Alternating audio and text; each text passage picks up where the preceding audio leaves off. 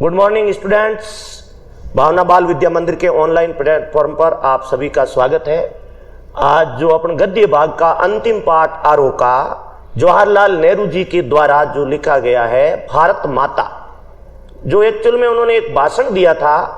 यद्यपि उन्होंने ग्रामीण पृष्ठभूमि में ये भाषण दिया था और जो भारत माता की व्याख्या किस प्रकार से उन्होंने की है ग्रामीण लोगों के सामने, क्योंकि एक्चुअल में ऐसा होता है कि ग्रामीण लोग होते हैं जो केवल भारत माता का मतलब उस धरती से लेते हैं जो केवल अपन मातृभूमि जिसको मानते हैं, लेकिन उन्होंने गांव के लोगों को पूरी डेफिनेशन बताई कि भारत माता वो करोड़ों लोग हैं, भारत माता भारत के अंदर जितने भी पर्वत है, भारत माता वो सारी नदियां हैं, भारत माता तमाम वो चीजें हैं जो भारत के इस पृष्ठभूमि से बिलोंग करती है। तो वे जल से आयोजित होते थे। जल से का मतलब होता है कोई समारोह होता, किसी प्रकार का कोई जो है प्रोग्राम होता, तो वे गांव के लोगों को ये ज्यादा बातें बताते थे, शहर के लोगों को नहीं बताते, क्योंकि गांव के लोग इस बारे में परिचित नहीं हुआ करते थे। गांव के लोगों के बारे में ऐसा माना जाता है कि वो एजुकेटेड कम होते हैं, पढ़े लिखे कम होते हैं, इसलिए जब भी गांव के अंदर कोई जो है जलसा होता, कोई समारोह होता, कोई फंक्शन होता, तो जवाहरलाल नेहरू गांव के लोगों से सबसे पहला क्वेश्चन यही पूछते, क्या भारत माता किसको बोलते हैं? तो कुछ एक लोग भारत माता के बारे में अलग डेफिनेशन देते, कुछ लोग अलग देते। तब जवाहरलाल नेहरू जो है उनको बहुत ही बेहतर ढंग से भारत माता की जो है पूरी परिभाषा समझाते कि भारत माता का मतलब ये है। तो इसी से रिलेटेड ये पार्ट है जिसको लिखा है हमारे देश के प्रथम प्रधानमंत्री पंडित जवाहरलाल नेहरू ने, जो चाचा नेहरू के नाम से प्रसिद्ध माने जाते हैं। यहां आपके ऊपर एक स्लोगन दिया हुआ है कि सच्ची संस्कृति को दुनिया के हर कोने से प्रेरणा मिलती है, लेकिन वह अपनी धरती पर पैदा होती है और उसकी जड़ें जन मन में समाई रहती है। एक्चुअल में द डिस्कवरी ऑफ इंडिया आप लोगों ने सुना होगा, जवाहरलाल नेहरू जी ने अपनी जो आत्मकथा लिखी थी द डिस्कवरी ऑफ इंडिया, उसी का यहां पर हिंदी ट्रांसलेशन दिया हुआ है भारत की खोज, द डिस्कवरी ऑफ इंडिया। ये वहां से स्लोगन लिया हुआ है, ये जो लिया है ना, ये इनकी आत्मकथा थी। आत्मकथा आप लोग जानते ही है, जब कोई लेखक जो है अपनी स्वयं के जीवन की कहानी, जैसे कि मैं आपको महत्वपूर्ण आत्मकथाओं के बारे में बताता हूं। महात्मा गांधी ने the experimental with my truth, यानी सत्य के प्रति मेरे प्रयोग। डॉक्टर एपीजे अब्दुल कलाम भारत के पूर्व राष्ट्रपति, मिसाइल मैन के नाम से प्रसिद्ध है, उन्होंने द विंग्स ऑफ फायर, अग्नि की उड़ान लिखी। वैसे पंडित जवाहरलाल नेहरू ने, जो चाचा नेहरू के नाम से विख्यात थे, उन्होंने अपनी आत्मकथा लिखी द डिस्कवरी ऑफ इंडिया। यद्यपि उन्होंने अंग्रेजी में लिखी, लेकिन हिंदी में उसका ट्रांसलेशन था भारत की खोज। द डिस्कवरी ऑफ इंडिया को हिंदी में क्या ट्रांसलेटेड किया? भारत की खोज। तो अपन भारत माता पाठ शुरू करते हैं, उससे पहले अपना जो फर्स्ट स्टेप है, जैसा कि सदा हम करते हैं, जवाहरलाल नेहरू जो उनके लेखक है उनके बारे में अपन परिचय प्राप्त करते हैं, क्योंकि एक क्वेश्चन 2-3 नंबर का आपके लेखक के परिचय से रिलेटेड आता है। जन्म हुआ सन 1899 में इलाहाबाद उत्तर प्रदेश के अंदर। यद्यपि इलाहाबाद का नाम बदल करके आपकी जानकारी के लिए मैं बता दूं कि अब इसका नाम जो है प्रयागराज कर दिया गया है। ये एक्चुअल में पहले इसका जो प्राचीन नाम प्रयागराज ही था, लेकिन बीच में इनका नाम बदल करके इलाहाबाद रखा गया और वापस इसको प्रयागराज कर दिया गया। उत्तर प्रदेश के अंदर जो है इनका जन्म हुआ। मृत्यु हुई 1964 के अंदर। बीच में लंबे समय तक जवाहरलाल नेहरू, चाचा नेहरू जो है भारत के प्रधानमंत्री रहे और भारत के प्रथम प्रधानमंत्री माने जाते हैं। और एक बात मैं आपको यहां बताता चलूं जवाहरलाल नेहरू के बारे में कि इनको चाचा नेहरू क्यों कहते थे। इनको चाचा सरनेम से बुलाते थे लोग, क्योंकि ये बच्चों से बड़ा प्रेम रखते थे, इसलिए इनको सारे जो बच्चे हैं चाचा नेहरू के नाम से पुकारते थे। प्रमुख रचनाओं में देखते हैं तो मेरी कहानी आत्मकथा, विश्व इतिहास की झलक, हिंदुस्तान की कहानी, पिता के पत्र पुत्री के नाम। ये जो पुत्री का वर्णन हो रहा है, इनकी पुत्री का नाम था इंदिरा गांधी। जो आप पूरा गांधी परिवार देखते हैं इन्हीं से उठा हुआ है। और इंदिरा गांधी के बारे में जो जानकारी मैं बताता चलूं कि आयरन लेडी के नाम से प्रसिद्ध है। आयरन लेडी यानी लो महिला। आयरन मैन के नाम से तो हमारे भारत के जो है सरदार वल्लभ भाई पटेल है, और आयरन लेडी के नाम से जो है इंदिरा गांधी, जो जवाहरलाल नेहरू की सुपुत्री थी। ये सब अंग्रेजी में लिखे हुए, इनका हिंदी ट्रांसलेशन हुआ है। इसके अलावा कुछ लेख और कुछ भाषण और बताए हैं। हिंदुस्तान की समस्याएं, स्वाधीनता और उसके बाद, राष्ट्रपिता, भारत की बुनियादी एकता और लड़खड़ाती दुनिया, इनमें से कुछ लेख है और कुछ भाषण है जो उन्होंने ज्यादातर, क्योंकि जवाहरलाल नेहरू एक पढ़े लिखे व्यक्ति थे, काफी वेल एजुकेटेड थे, तो ज्यादातर जैसे भीमराव अंबेडकर हुए, जवाहरलाल नेहरू हुए, इन्होंने ज्यादातर रचनाएं अंग्रेजी में लिखी है, लेकिन यहां पर उनका हिंदी ट्रांसलेशन दिया हुआ है। जवाहरलाल नेहरू का जन्म इलाहाबाद के एक संपन्न परिवार में हुआ। बिल्कुल, इनके पिता का नाम यदि आप लोगों को मैं यहां बताता चलूं तो जवाहरलाल नेहरू के पिता का नाम था मोतीलाल नेहरू। आप लोगों ने शायद प्रारंभिक क्लास में पढ़ा हो, मोतीलाल नेहरू इनके पिता का नाम था। तो इनका जन्म जो है इलाहाबाद या प्रयागराज के एक काफी संपन्न परिवार, संपन्न परिवार का मतलब होता है काफी अमीर परिवार था, प्रतिष्ठित परिवार था। उनके पिता वहां के बड़े वकील थे। कौन? मोतीलाल नेहरू, इलाहाबाद के बहुत जाने माने वकील थे इनके पिता। नेहरू की प्रारंभिक शिक्षा घर पर, और उस शिक्षा कहां हुई? इंग्लैंड के अंदर। इंग्लैंड में कौन से? हेरो यूनिवर्सिटी और कैम्ब्रिज यूनिवर्सिटी। इससे आप अंदाजा लगा सकते हैं कि कितने अमीर परिवार से थे। और एक बहुत बड़े वकील थे मोतीलाल नेहरू, जो इनके पिताजी थे मोतीलाल नेहरू, वो काफी अमीर घराने से बिलोंग रखते थे, बहुत बड़े वकील थे और स्वतंत्रता सेनानी भी थे। इसलिए शुरुआती शिक्षा जो है, प्राइमरी शिक्षा है, वो तो घर में ही हुई, और जो हाई एजुकेशन है वो विदेशों के अंदर हुई, भारत के अंदर नहीं हुई, स्पेशली इंग्लैंड के अंदर हुई। और इंग्लैंड की दो नामी यूनिवर्सिटी है जिसका नाम है हेरो यूनिवर्सिटी और कैम्ब्रिज यूनिवर्सिटी के अंदर इनकी शिक्षा हुई। उसके बाद वहीं इंग्लैंड से ही इन्होंने वकालत की डिग्री की, लॉ की डिग्री की। लेकिन नेहरू पर गांधी जी का बहुत प्रभाव पड़ा। उनकी पुकार पर वे पढ़ाई छोड़कर आजादी की लड़ाई में जुट गई। आगे चलकर 1929 में वो भारतीय राष्ट्रीय कांग्रेस के लाहौर अधिवेशन के क्या बने? अध्यक्ष। ये बात ध्यान में रखनी है। जो भारतीय राष्ट्रीय कांग्रेस है उसकी स्थापना 1885 में हुई, आपको पता है। कांग्रेस की जो मूल स्थापना है वो हमारे भारतीय द्वारा नहीं है, A.O. ह्यूम के द्वारा। अंग्रेज अफसर थे A.O. ह्यूम, इन्होंने जो है कांग्रेस की स्थापना की। जो जवाहरलाल नेहरू है वो कांग्रेस का जो 1929 में लाहौर अधिवेशन हुआ उसके वो क्या बने? अध्यक्ष बने और पूर्ण स्वतंत्रता की मांग की। नेहरू का झुकाव ज्यादातर किसकी तरफ था? समाजवाद की तरफ था। सन 47 में जब स्वतंत्र हुआ तो नेहरू जी पहले प्रधानमंत्री बने। ये भी बहुत बड़ा इंपॉर्टेंट जीके का क्वेश्चन है। और भारत के निर्माण में अंत तक जुटे रहे। उन्होंने देश के विकास के लिए कई योजनाएं बनाई, जिसमें आर्थिक और औद्योगिक प्रगति और वैज्ञानिक अनुसंधान से लेकर साहित्य, कला, संस्कृति आदि क्षेत्र शामिल थे। नेहरू जी बच्चों के बीच चाचा नेहरू, जो वर्णन अपन पहले ही कर चुके हैं, बहुत ज्यादा चाचा नेहरू के नाम से वो विख्यात थे। शांति, अहिंसा और मानवता के हिमायती थे। देखिए, ये गांधी जी से प्रभावित होने के कारण ये तीन जो इशू है, शांति, अहिंसा और मानवता, इसके पक्षधर थे। और अंतर्राष्ट्रीय स्तर पर उन्होंने विश्व शांति स्थापित करने के लिए पंचशील का सिद्धांत दिया। आपको मैं यहां बताता चलूं कि चाउ एन लाई, उस समय चीन के प्रधानमंत्री थे चाउ एन लाई, चाइना से बिलोंग रखते थे।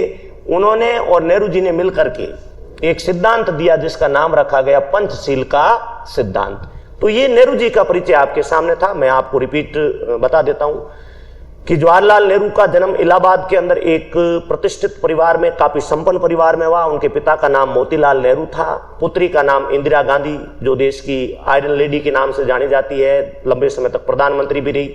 और जवाहरलाल नेहरू खुद देश की जो है प्रथम प्रधानमंत्री थे। उन्होंने अपनी आत्मकथा डिस्कवरी ऑफ इंडिया, यानी भारत की खोज, अपनी आत्मकथा लिखी। इसके अलावा कुछ भाषण और पुस्तकों का संग्रह जो यहाँ परिचय के अंदर दिया हुआ है। और जवाहरलाल नेहरू की प्रारंभिक शिक्षा है वो घर के अंदर हुई, लेकिन जो उच्च शिक्षा है, हायर एजुकेशन है, वो इंग्लैंड के हेरो और कैम्ब्रिज यूनिवर्सिटी के अंदर हुई। लेकिन उन्होंने बीच में पढ़ाई छोड़ दी और गांधी जी से प्रभावित होकर के वो हिंदुस्तान लौट आए। यद्यपि वकालत प्रारंभ कर दी थी उन्होंने, वहीं पर लॉ की पढ़ाई कर रहे थे वो इंग्लैंड के अंदर, लेकिन महात्मा गांधी से प्रभावित होकर भारत आ गए। और सबसे बड़ी बात है 1929 के अंदर जो लाहौर अधिवेशन हुआ कांग्रेस का, उसके अंदर वो अध्यक्ष चुने गए और अंग्रेजों से मांग करी कि भारत को अब पूर्ण स्वतंत्रता देनी पड़ेगी। तो ये आपके सामने हमारे पाठ के जो लेखक है, भारत के प्रथम प्रधानमंत्री पंडित जवाहरलाल नेहरू, चाचा नेहरू के नाम से विख्यात, उनका परिचय था।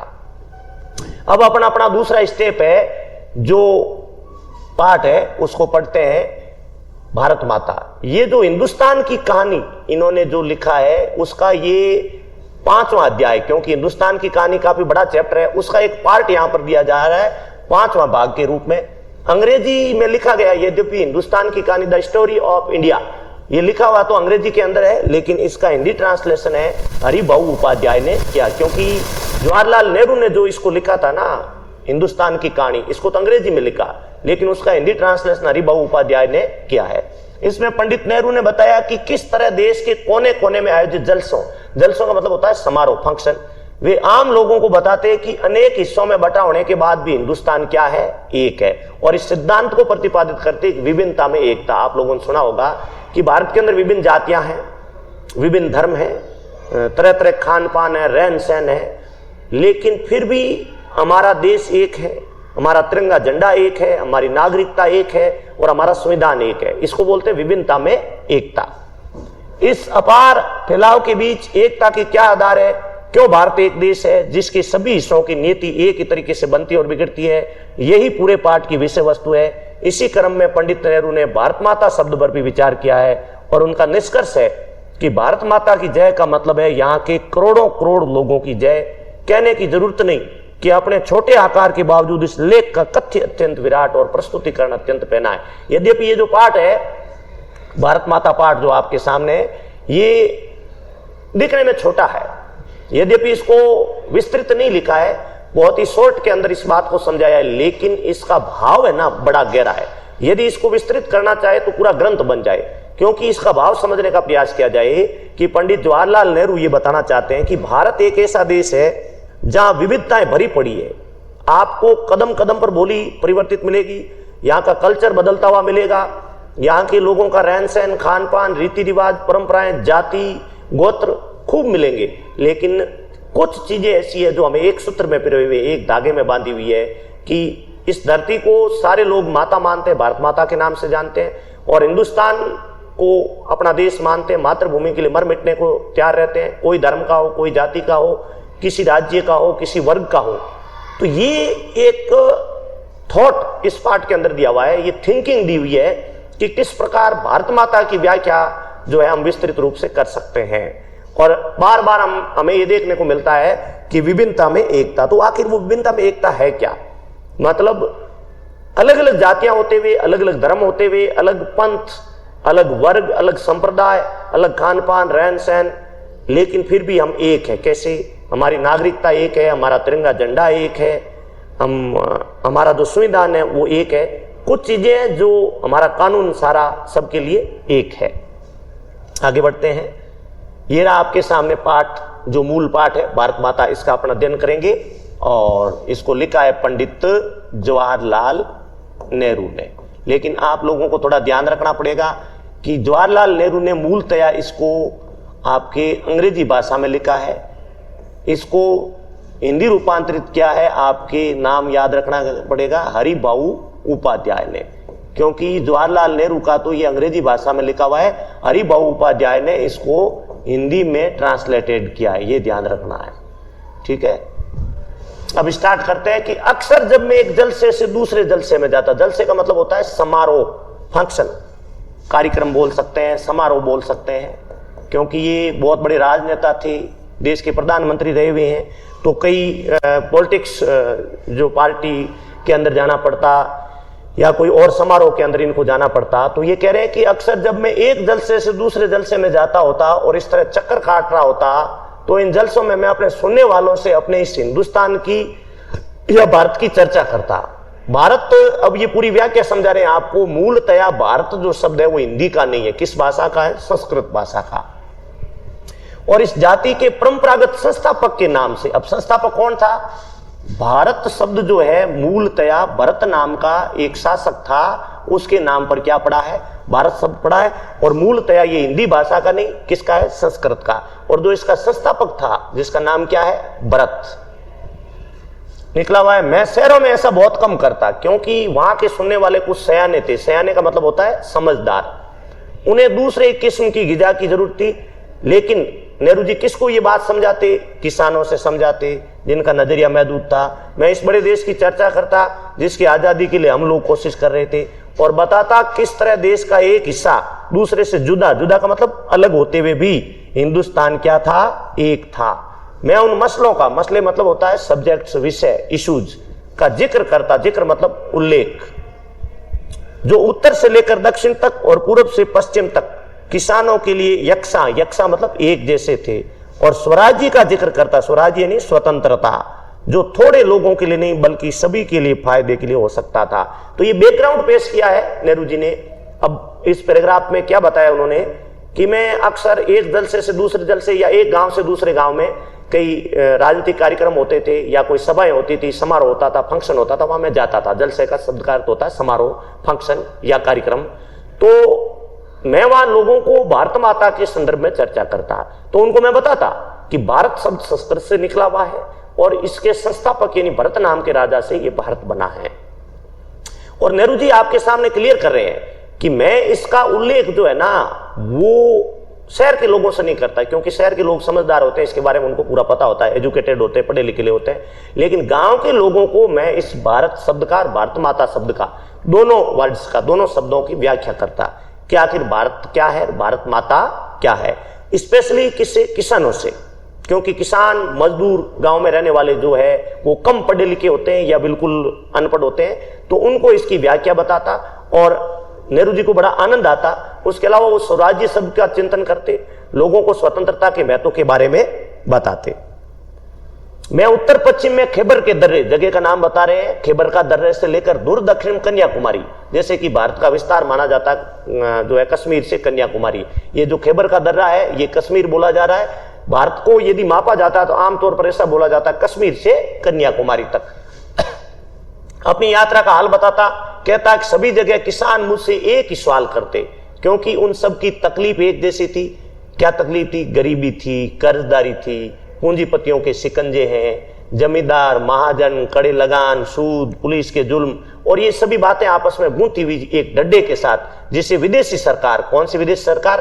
अंग्रेजों ने हम पर एक तरह से लाद रखा था और इससे छुटकारा भी सभी को हासिल करना था।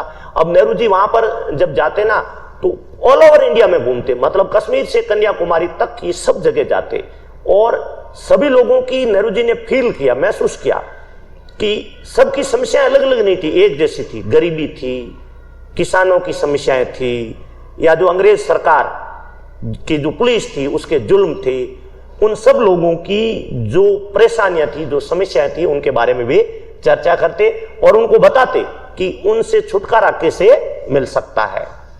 फिर आगे कहते हैं कि मैंने इस बात की कोशिश की कि लोग सारे हिंदुस्तान के बारे में सोचे, कुछ हद तक इस बड़ी दुनिया के बारे में भी जिससे हम एकजुट है। मैं अपनी बातचीत में उदाहरण देता, किसका? चीन का, स्पेन का, अबिसिनिया का, फिर मध्य यूरोप का, मिस्र का और पश्चिमी एशिया में जो कसमकस हो रहे थे, जो संघर्ष हो रहे थे, उसका भी मैं जिक्र करता। अब इससे लोगों में क्या फर्क पड़ता? लोगों में एक विश्वास जगता, लोगों में एक हिम्मत जगती, लोग को जो डर है वो निकल जाता, क्योंकि केवल भारत के अंदर ही उस समय आजादी का संघर्ष नहीं चल रहा था। मैं आपको यह बताता चलूं, नेहरू जी ने जो नाम बताए हैं आपके, उन सारे देशों में ये संघर्ष कसमकस चल रही थी, आजादी की जंग चल रही थी। सबसे बड़ा उदाहरण आपके सामने चाइना है, उसके अलावा स्पेन नामक कंट्री है, अबिसिनिया है, पूरा मध्य यूरोप था, मिस्र नामक देश है, इसके अलावा पश्चिमी एशिया का पूरा जो भाग है वो उस समय गुलामी की जकड़ में जकड़ा हुआ था।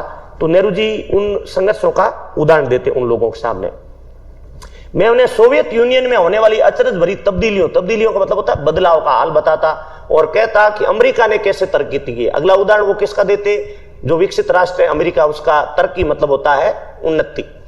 ये काम आसान नहीं था, लेकिन जैसे मैंने समझ रखा था वैसा मुश्किल भी नहीं था। इसकी वजह यह थी कि हमारे पुराने महाकाव्यों ने और पुराणों की कथा कहानियों ने, जिन्हें वो खूब जानते, उन्हें इस देश की कल्पना करा दी। और हमेशा कुछ लोग ऐसे मिल जाते थे जिन्होंने हमारे बड़े बड़े तीर्थों की यात्रा कर रखी थी, जो हिंदुस्तान के चारों कोनों पर है, या हम पुराने सिपाही मिल जाते जिन्होंने पिछली जंग में और दावों के सिलसिले में, पिछली जंग कौन से का वर्णन कर रही है? पिछली बड़ी जंग, यानी कि ये विश्व युद्ध की बात कर रहे हैं, जो फर्स्ट वर्ल्ड वार हुआ और सेकेंड वर्ल्ड वार हुआ, जो प्रथम विश्व युद्ध और सेकेंड विश्व युद्ध, एक तो 1914 से 18 हुआ और एक 1939 के लगभग आसपास की बात है। तो ये दो बड़े विश्व युद्ध हुए थे, उसके बारे में वो बताते। और इसके अलावा कुछ विदेशों में नौकरियां कर रहे थे, उनके बारे में बताते। 37 के बाद जो आर्थिक मंदी पैदा हुई थी उसकी वजह से पूरे मुल्क के बारे में हवाले उनकी समझ में आ जाते थे। तो नेहरू जी कई चीजों के ऊपर चर्चा करते और वहां लोगों के साथ डिस्कस करके उन्हें अच्छा लगता, लोगों को जागरूक करते, आजादी के आंदोलन के बारे में प्रेरित करते, स्वराज्य के बारे में चिंतन करते और जो निराश हो रहे थे लोग, जो चिंता कर रहे थे, उन लोगों की हिम्मत बंधाते कि आप लोग चिंता मत करिए, हमारे जैसी स्थिति और बहुत सारी देशों की दुनिया में है, चाइना में है, मिस्र में है, मध्य एशिया में है, कुछ यूरोप के कंट्रीज में है, अल्बेनिया में है, अबिसिनिया में। तो वो बताना चाहते कि केवल हमारे भारत के अंदर ही गुलामी वाली बात नहीं है, पूरी दुनिया में, पूरी दुनिया संघर्ष कर रही है, तो हमें भी संघर्ष करना पड़ेगा क्योंकि आजादी इतनी आसानी से मिलने वाली नहीं है। कभी ऐसा भी होता है कि जब मैं किसी जलसे में पहुंचता तो मेरा स्वागत भारत माता की जय, मतलब जैसा कि आमतौर पर हमारे यहाँ पे कल्चर है कि कोई भी नेता पहुंचता है या बड़ा आदमी पहुंचता है तो नॉर्मली गांव के लोग भारत माता की जय से उसका स्वागत करते हैं। तो मैं लोगों से अचानक पूछ बैठता कि आप जो भारत माता का नारा बोल रहे हैं उससे आपका मतलब क्या है, ये भारत माता कौन है जिसकी वो जय चाहते हैं। मेरे सवाल से उन्हें कौतूहल और ताजुब होता। कौतूहल का मतलब होता है जिज्ञासा और ताजुब का मतलब होता है आपके आश्चर्य। वो दोनों चीज करते, उनको जानने की इच्छा भी होती और आश्चर्य भी होता कि आखिर ये सवाल हमसे नेहरू जी क्यों पूछ रहे हैं।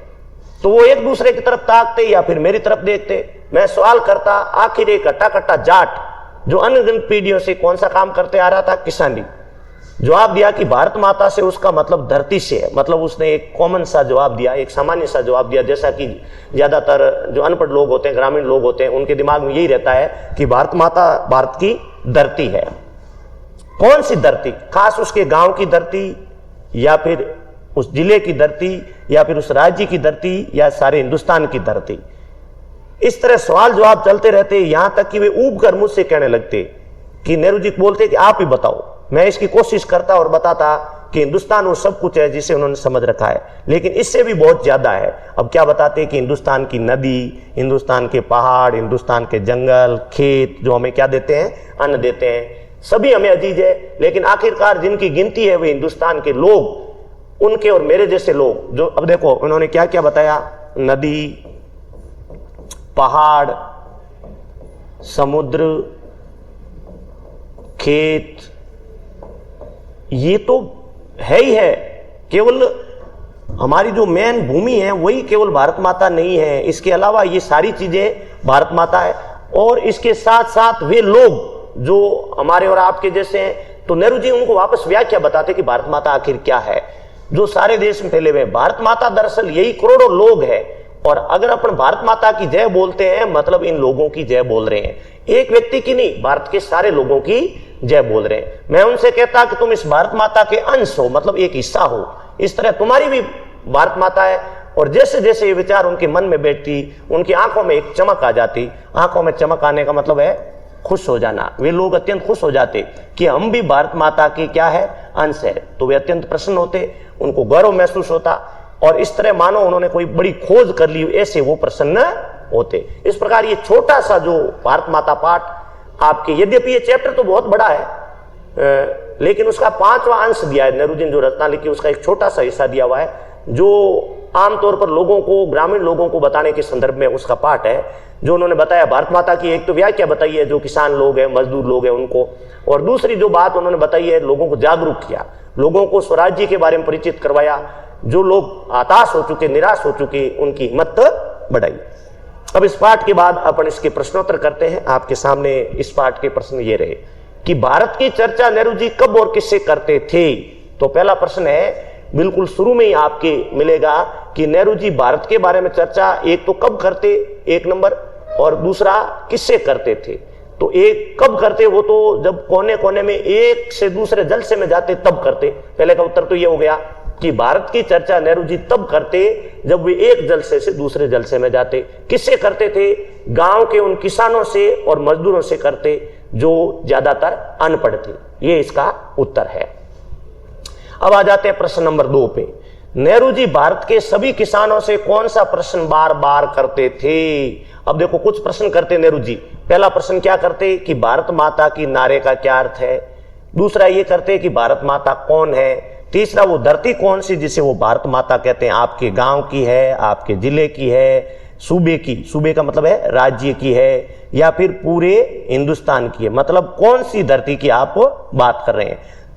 ये कुछ क्वेश्चन थे जो किसानों से पूछते थे। कौन पूछते थे? नेहरू जी, कि भारत माता क्या है, भारत माता कौन है, भारत माता की जय बोल रहे हैं वो उसका मतलब क्या है, और भारत माता जिस धरती को आप कह रहे हैं वो धरती कौन सी, आपके गांव की, शहर की, राज्य की, या पूरे भारतवर्ष की। उसके बाद आ जाता है प्रश्न नंबर 3, दुनिया के बारे में किसानों को बताना नेहरू जी के लिए क्यों आसान था? क्योंकि नेहरू जी जो है ना, एक तो पुराणों और महाकाव्यों का अध्ययन कर चुके थे, बिल्कुल सही बात है, तो भारत के सारे नगरों से परिचित थे। मतलब आपको बताना है कि नेहरू जी को आखिर इतना ज्ञान आया कहां से, नेहरू जी को दुनिया के बारे में इतना परिचय कैसे था? क्योंकि हो सकता है भारत के बारे में तो उनका परिचय हो, लेकिन जो ऑल ओवर कंट्रीज है, जो विश्व है, उस विश्व के बारे में नेहरू जी को कैसे पता था? तो पहली बात तो वो पढ़े लिखे थे, उनको पुराण और महाकाव्यों का अध्ययन कर रखा था। इसके अलावा तीर्थ यात्राएं उन्होंने पूरे देश भर भ्रमण करी थी। इसके अलावा कुछ सिपाही मिल जाते जो जंग और दाव में भाग लिया। इसके अलावा कई दूसरे मुल्कों की भी उन्होंने यात्रा कर रखी थी।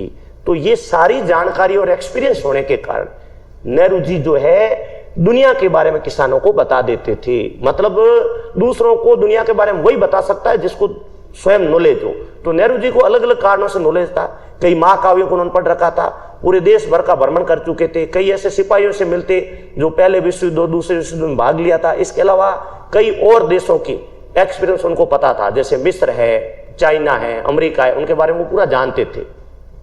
अब आते हैं आपके प्रश्न नंबर 4, किसान सामान्यतः भारत माता का क्या अर्थ लेते हैं? बहुत इजी आंसर है, किसानों के लिए भारत माता का मतलब है भारत की धरती। वो केवल भारत की जो पृथ्वी है, जो धरती का भाग है, उसी को भारत माता मानते हैं। सिर्फ भारत की क्या है? धरती, बस इतना सा उत्तर है। नेक्स्ट क्वेश्चन, भारत माता के प्रति नेहरू जी की क्या अवधारणा है? अब देखो, किसानों की अवधारणा थी कि भारत माता है भारत की धरती, लेकिन नेहरू जी उनको इस शंका का समाधान करते, कहते कि भारत माता केवल भारत की धरती ही नहीं है, तो क्या है? वो कहते हैं कि भारत की नदियां भारत माता है, भारत के पहाड़ भारत माता है, भारत के जंगल भारत माता है, भारत के खेत भारत माता है, सारी धरती भारत माता है, और इसके अलावा यहां रहने वाले करोड़ों लोग सब क्या है? भारत माता है। ये सब मिलकर क्या बनते हैं? भारत माता। तो किसानों की भारत माता की परिभाषा एक संकुचित थी, वो केवल इस धरती के टुकड़े को, क्योंकि बेचारे अनपढ़ लोग थे, नेहरू जी उनको पूरी व्याख्या देते कि भारत माता सारा अंश कश्मीर से कन्याकुमारी तक, पूरा उत्तर से दक्षिण, पूर्व से पश्चिम तक, चाहे नदियां हैं, चाहे पहाड़ है, चाहे जंगल है, चाहे समुद्र है, चाहे खेत है, चाहे धरती है, और एक एक व्यक्ति, चाहे वो गरीब हो, चाहे अमीर हो, चाहे ऊंची जाति का हो, चाहे निम्न जाति का हो, सारे लोगों से मिलकर बना है भारत माता। और वो कहते हैं कि भारत माता के जय बोल रहे हैं, इसका मतलब हम किसी एक व्यक्ति की, किसी प्रधानमंत्री की, किसी राष्ट्रपति की जय नहीं बोल रहे हैं, अपितु उन सारे करोड़ों करोड़ लोगों की जय बोल रहे हैं जो इस देश के अंदर निवास करते हैं। अब नेक्स्ट क्वेश्चन नंबर 6, आजादी से पूर्व किसानों को किन समस्याओं का सामना करना पड़ा? एक एक करके नेहरू जी उनको बताते थे। तो सबसे बड़ी थी गरीबी और कर्जदारी। देखो, उस समय किसान गरीब रहने का कारण कर्जा था, क्योंकि वो जमींदारों से, सेठ साहूकारों से, क्योंकि लगान ली जाती थी, और लगान के कारण ज्यादातर हिस्सा जो ठाकुर है, जमींदार है, वो ले जाते, और बाकी कम बचता, उससे उनका भरण पोषण होता नहीं। इसलिए जब वो वापस खेती करते तो कर्जा लेते। तो ये एक दूसरे से गूंथे हुए थे कि उनकी गरीबी का कारण कर्जदार था, और कर्जदार होने के कारण वो गरीब हो जा रहे थे। इसके अलावा पूंजीपति और जमींदारों के शोषण थे। इसके अलावा तीसरा जो अंग्रेज पुलिस थी उसका अत्याचार था, और लगान वाली समस्या तो आप जानते हुए, एक बहुत बड़ी पिक्चर भी आई है, आप लोगों ने सुना होगा लगान पिक्चर, जिसके अंदर बड़े सुंदर ढंग से ये बताया गया है कि उस समय लगान की समस्या कितनी भयंकर थी। देखिए, भारत आज 70 वर्षों से, आजादी से पहले और आजादी के बाद, गरीबी से तो लगातार जूझ रहा है। यहाँ का बहुत बड़ा भाग, लगभग आधा भाग गरीबी से परेशान है। भ्रष्टाचार है, जनसंख्या वृद्धि, आतंकवाद है, उसको छोड़ दीजिए, लेकिन कुछ ऐसी कॉमन चीजें जो आजादी से पहले भी मौजूद थी और आजादी के बाद यदि अपन बात करें तब भी वो वैसी समस्या मौजूद है जो पहले हुआ करती थी। अब आगे बढ़ते हैं आपके क्वेश्चन नंबर 7 की ओर। आजादी से पहले भारत निर्माण को लेकर नेहरू के क्या सपने थे, क्या आजादी के बाद वे साकार हुए? तो नेहरू मतलब क्या सपने देख रहे थे कि यदि देश आजाद होगा तो क्या क्या चीजों में बदलाव होना चाहिए। एक तो वो चाहते थे देश के अंदर क्या हो, गरीबी दूर हो। दूसरा वो चाहते थे किसानों की समस्याओं का अंत हो। तीसरा वो औद्योगिक क्रांति लाना चाहते थे।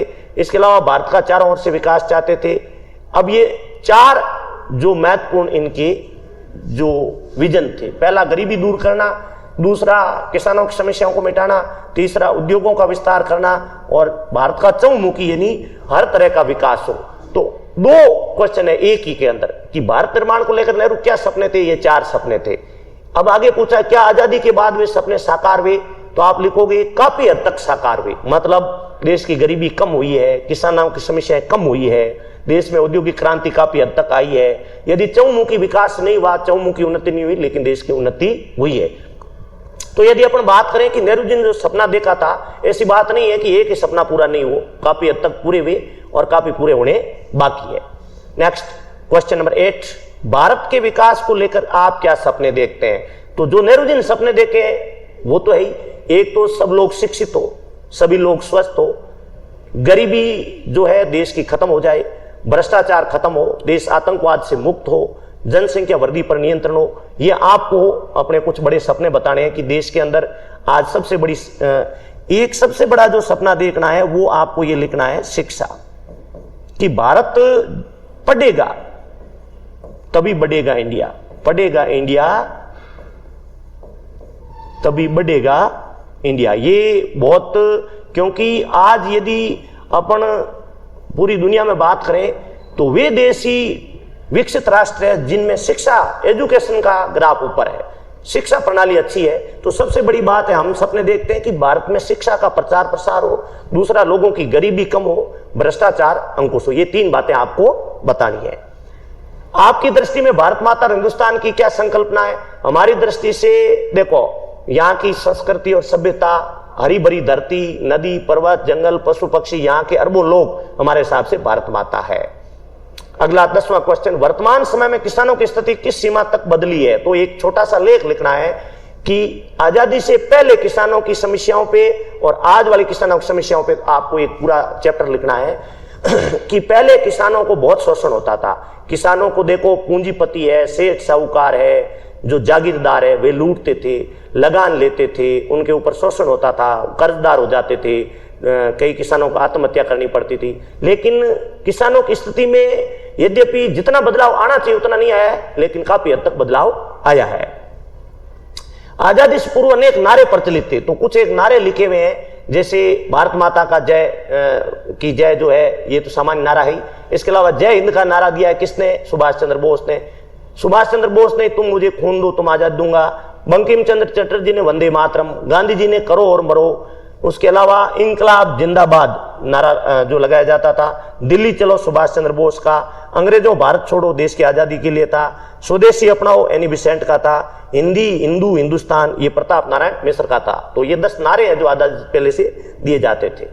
भाषा की बात में क्वेश्चन देखते हैं तो कुछ वर्ड आए हैं, शब्द आए हैं जिनका आपको हिंदी में ट्रांसलेशन करना है।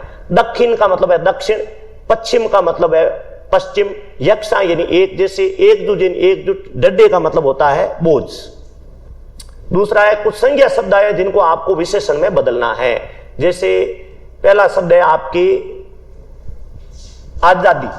आजादी को अगर आप बदलोगे तो ये बन जाएगा आजाद। चमक, चमक का चमकीला हो जाएगा। उसके बाद अगला कौन सा आया है? हिंदुस्तान, तो हिंदुस्तानी हो जाएगा। विदेश का क्या हो जाएगा? विदेशी। अब देखो, संज्ञा का मतलब तो वे होता है जो व्यक्ति, वस्तु या स्थान के नाम को क्या कहते हैं? संज्ञा कहते हैं। और जो संज्ञा और सर्वनाम की विशेषता बताते हैं, संज्ञा और सर्वनाम की क्या बताते हैं? विशेषता, उसको विशेषण कहा जाता है। तो आपको कुछ संज्ञा शब्द दिए हुए हैं, उनको आपको विशेषण के अंदर बदलना है। जैसे यहां पर दिया हुआ सरकार, तो इसका हो जाएगा सरकारी। फिर दिया हुआ यात्रा, यात्री। पुराण, इसका हो जाएगा पौराणिक। और भारत का हो जाएगा भारतीय। तो ये संज्ञा शब्द थे जो आपको विशेषण में बदलना है। इस प्रकार अपना ये छोटा सा चैप्टर भारत माता हम लोगों ने डिस्कस किया। आप लोग इसको शुरू से लेकर अंत तक इस बड़े मजेदार, बड़े इंटरेस्टेड पार्ट को सुनिए, अपने दोस्तों के साथ इसको डिस्कस कीजिए और इसके प्रश्नोत्तर जो है परीक्षा की दृष्टि से सॉल्व करने का प्रयास कीजिए। बहुत जल्दी हम किसी नए पाठ के साथ आरओ बुक के आपके समक्ष उपस्थित होंगे। तब तक यदि आप लोगों को ये वीडियो पसंद आया तो अवश्य शेयर करें, इसको लाइक करें और जो इस चैनल को सब्सक्राइब करें। तब तक जय हिंद, जय भारत।